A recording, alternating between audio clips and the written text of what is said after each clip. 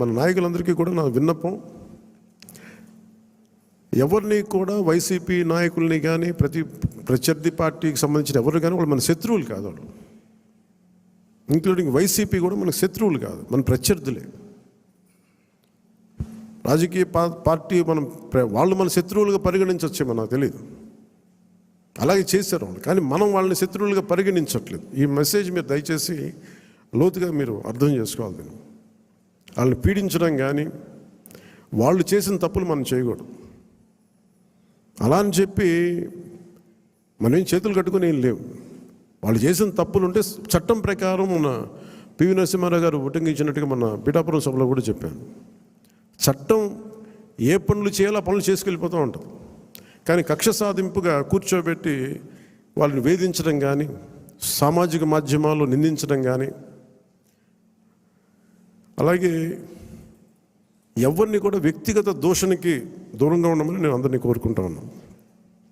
నిజంగా యుద్ధం వస్తే మటుకు, గొడవే వస్తే మటుకు అది వెనకాడం, అది మీ అందరికీ తెలుసు. భావంలో ఉన్న తీవ్రత మనకు భాషలో చూపించక్కర్లా.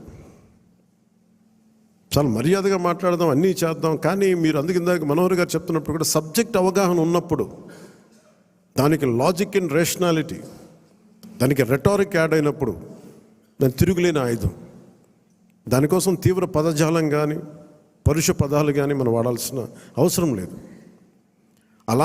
భవిష్యత్తులో అలాంటి సమస్యలే వస్తే ఎప్పుడు మనకి పోరాటానికి సిద్ధంగా ఉన్న పార్టీ అది. పదవులను కూడా పక్కన పెట్టి ముందుకెళ్తాం, అలాంటి బలంగా నిలబడగలను.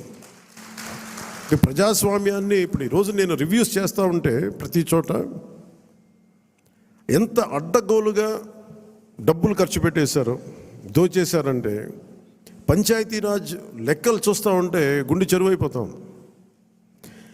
200 కోట్లు కనీసం పే చేయలేని పరిస్థితుల్లో ఒక 40 కోట్లు పే చేస్తే చాలా పెద్ద ప్రాజెక్టులు అయిపోతాయి. ఒకవైపు ఏమో ఋషికొండ లాంటి ప్యాలెస్కేమో 600 కోట్లు ఖర్చు పెడతారు. అది వాళ్ళ కోసం కట్టుకున్నారా, గెస్ట్ హౌస్లకి, అది వాళ్ళ కథ అది. కానీ ఎప్పుడు ఏది ఖర్చు పెట్టాలి, ఎంత ఖర్చు పెట్టాలి అనే విఘ్నత లేదో వీళ్ళందరికీ అనిపించింది. మన క్యాంప్ ఆఫీస్కి తీసుకెళ్ళి మీరు బడ్జెట్ ఇచ్చి మీరు ఎంతైనా ఖర్చు పెట్టుకోండి, మీ క్యాంప్ ఆఫీస్ రెడీ చేసుకోండి అంటే నేను రూపాయి ఖర్చు పెట్టడం నాకు ఇష్టం లేదు అదనంగా ప్రభుత్వ ఖజానాకి. అది ప్రజల సొమ్ముని మనకి అకారణంగా దాన్ని ఖర్చు పెట్టేయడం కానీ, దాన్ని దుర్వినియోగం చేయడం నాకు నచ్చక. అసలు ఏం వద్దు, ఉన్న ఫర్నిచర్ అలాగే ఉంచి ఏం చేయొద్దు. దాన్ని అవసరమైతే నేను చెప్తానులేండి, నేను చెప్తాను. మోస్ట్ ఆఫ్ ద టైం వెళ్ళి నా ఫర్నిచర్ పట్టుకెళ్ళాను. ఉన్న ఫర్నిచర్ సరిపోతే పర్లేదు. రోడ్ల మీద కూర్చొని వచ్చాం, మనం వీధుల్లో కూర్చొని పోరాటాలు చేసాం. కూర్చొని చిన్నపాటి కుర్చీ ఉంటే చాలు, మళ్ళీ దానికి ఇంత సౌకర్యాలు అవసరం లేదు మాకని చెప్పాను. అలాగే ఇది మనందరం కూడా చాలా బాధ్యతగా తీసుకోవాలి. అలాగే మన ఎమ్మెల్యేలకు కానీ, మన పోటీ చేయని నియోజకవర్గాల్లో ఉన్న నాయకులందరికీ కానీ పార్టీని పటిష్టం చేయడానికి మీరందరూ మీ నియోజకవర్గాల్లో అందుబాటులో ఉండండి. జనవాణి కార్యక్రమాన్ని మీరు నిర్వహించండి. అలాగే కేంద్ర కార్యాలయానికి కూడా నేను ఒకటే మన అందరికీ హరిప్రసాద్ గారి ద్వారా విన్నవించాను. ప్రతి ఒక్కరు కూడా కేంద్ర కార్యాలయంలో ఒకరోజు మీరు ఉండాలి. అది మీకు తెలియజేస్తాం. ఉంటే ఏమవుతుందని మీరు వచ్చి ఒకళ్ళు ఉన్నప్పుడు ప్రజలకి మనం మరింత చేరువవుతాం, వాళ్ళ కష్ట నష్టాలు తెలుసుకుంటాం.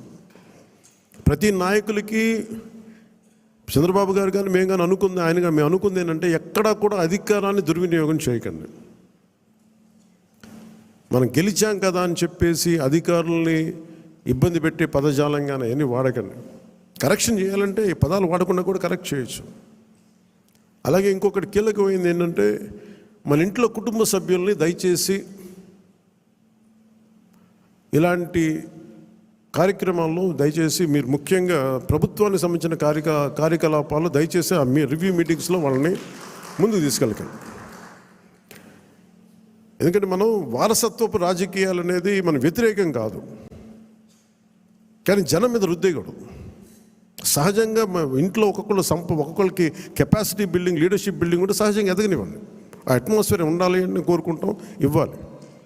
కానీ బలవంతంగా ప్రజల మీద రుద్దకండి. అలాగే రౌడీజం చాలామంది మనకి ఈ సందర్భంగా నాకు మన నాయకులందరూ కూడా తెలియజేస్తాను, ముఖ్యంగా కొద్దిమందికి అది మీకు అర్థమవుతుంటుంది నేను ఎవరి గురించి మాట్లాడతాను.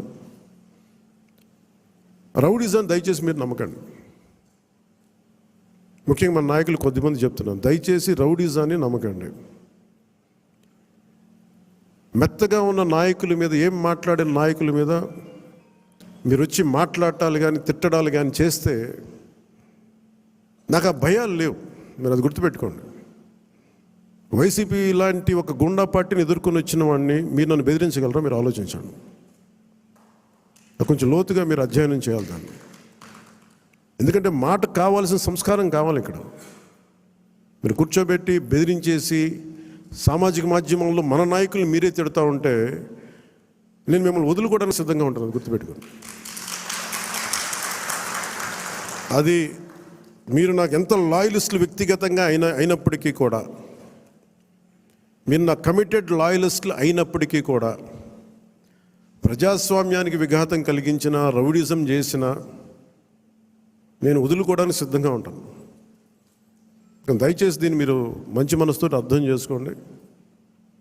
అది నేను మాట్లాడినప్పుడు ఎందుకు చాలా తీవ్రంగా ఉంటుంది, చాలా గట్టిగా మాట్లాడతాను.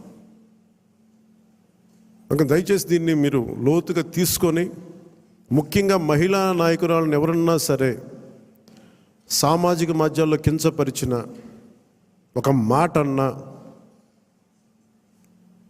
అజయ్ గారికి కూడా చెప్తా ఉన్నాను ఈ సందర్భంగా, చాలా ఫర్మ్ యాక్షన్ తీసుకోండి సార్.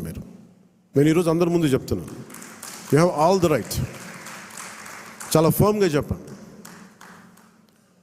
మనందరినీ మనం సంస్కరించాలి అనుకున్నప్పుడు మనమే సంస్కారహీనంగా మాట్లాడితే ఎట్లా? అలాంటి వ్యక్తులని మీరు చాలా బలంగా మీ నిర్ణయం తీసుకోండి. మీ నిర్ణయం వెనక నేను ఉంటాను. అవకాశం ఇవ్వండి మారటానికి. తప్పదు అనుకున్నప్పుడు మీరు పార్టీలో నుంచి కూడా మీరు వెళ్ళిపోవాల్సి వస్తే వెళ్ళిపోనివ్వండి, ఇబ్బంది పడద్దు. ఎందుకంటే ఇది మనం చాలా కమిటెడ్గా ఇచ్చిన విజయం ప్రజలు. ఇది ఎప్పుడు ఓట్లు వేయని వాళ్ళు,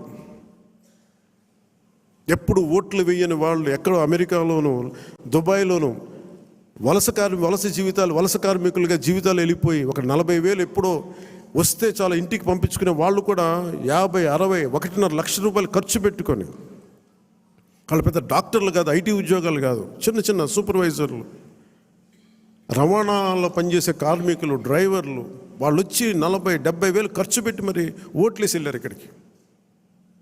దయచేసి ఇవి చాలా బలంగా మీరు గుర్తించాలి.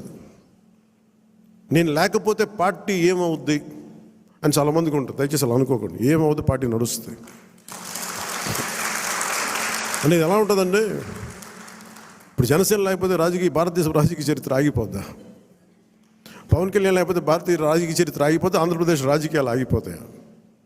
దీన్ని నేనేం చేస్తాను, ఒక అవకాశంగా తీసుకోవాలి ప్రజలకు సేవ చేయడానికి తప్ప, నేను లేకపోతే పాలిటిక్స్ లేవు, నేను లేకపోతే అసలు వీళ్ళు ఎలా గెలుస్తారు. కాలం చాలా చాలా గొప్పది.